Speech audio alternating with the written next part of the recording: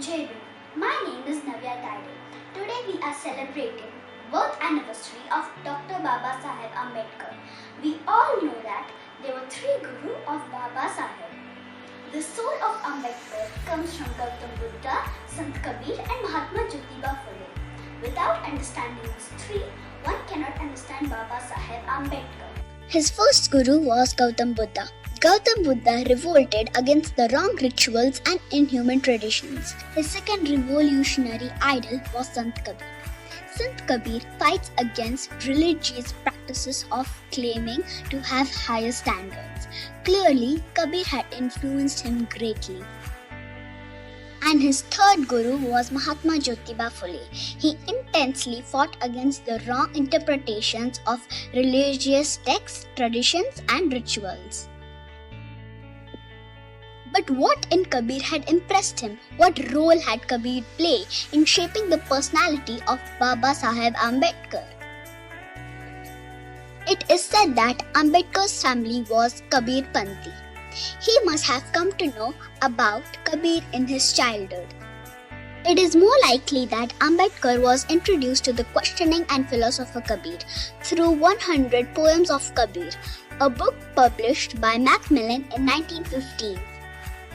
When this book was published, Ambedkar was studying in London.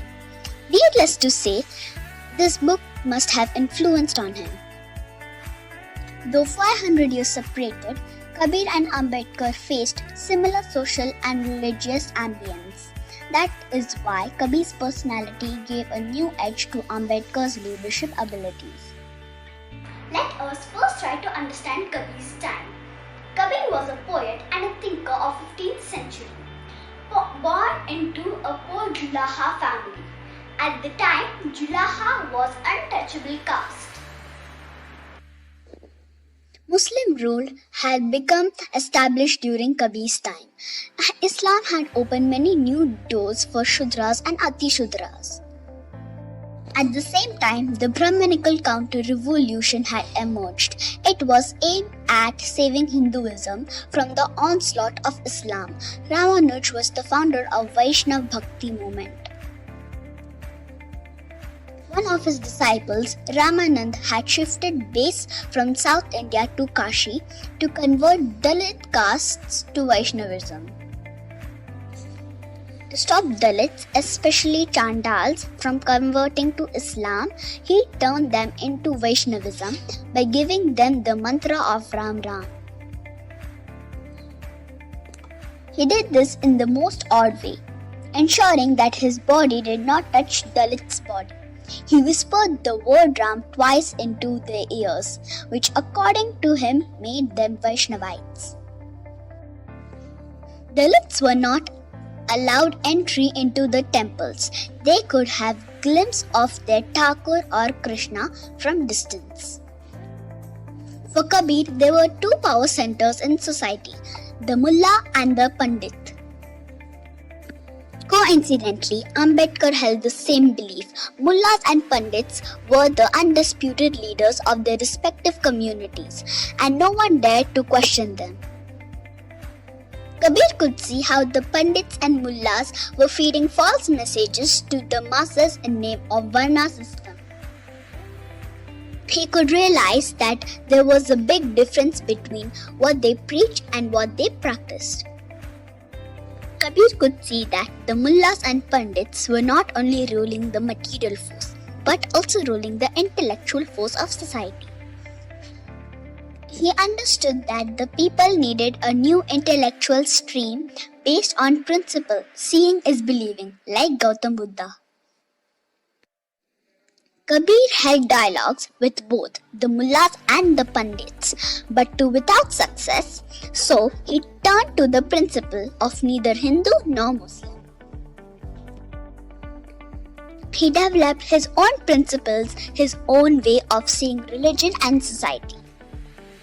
Kabir then came up with the revolutionary concept of Nirgun, meaning attributeless, that preventing against the belief in the Varna system and in the other world.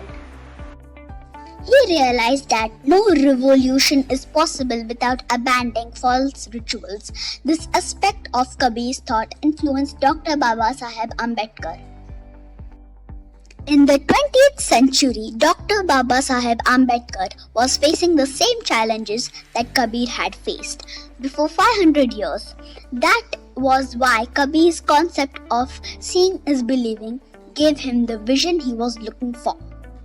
In the 20th century, treading the path of Kabir, Ambedkar did not accept the leadership of anyone. Dr. Ambedkar's quest for a religion that conformed to his belief ended in Buddhism. It was Kabir's logic and reason that led him to Buddhism. It was Kabir's Nirgunvad that took Ambedkar to the atheism. Kabir's Nirgunvad urges the people not to believe in fate and scriptures. It says, "Kaun mare, kaun janme bhai, sarag narak, kaune gati pai." Nirgunvad influenced Ambedkar deeply. He discovered the same kind of logic in Buddha's philosophy. Babasaheb saw in the following verse of Kabir the preaching of Buddha, in which Buddha had stressed on realized knowledge rather than scripturalism. मेरा तेरा मनवा कैसे एक होए रे, मैं कहता हूँ आँखन देखी, तू कहता कागज की Lekhi. This verse of Kabir was the foundation of Ambedkar's political leadership, using which Ambedkar brought Gandhi and Congress face to face with socio-economic status of Dalits. Kabir is present in Ambedkar's annihilation of caste speech. From the beginning to the end, the impossible to deny logic uses the speech by Ambedkar to attack the caste and the Varna system may make one feel that 500 years after Kabir was speaking in his new avatar. Kabir would argue, when the God does not have any Varna, how can men have one? Kabir had no patience for people who were proud about Brahma but thought of humans not as humans but as Shudras. Ambedkar said that no caste is pure, as there was a mixture of alien blood among all four Varna. Kabir never supported the spiritualism that considered this world an illusion and the other world as truth. For Ambedkar, social justice was the standard for any philosophy or spiritualism. This touchstone had three parameters: liberty, equality, and fraternity. He tested all religion on this touchstone and discovered that all religion failed in it. Kabir's emphasis is on love. Without love, there can be no equality, no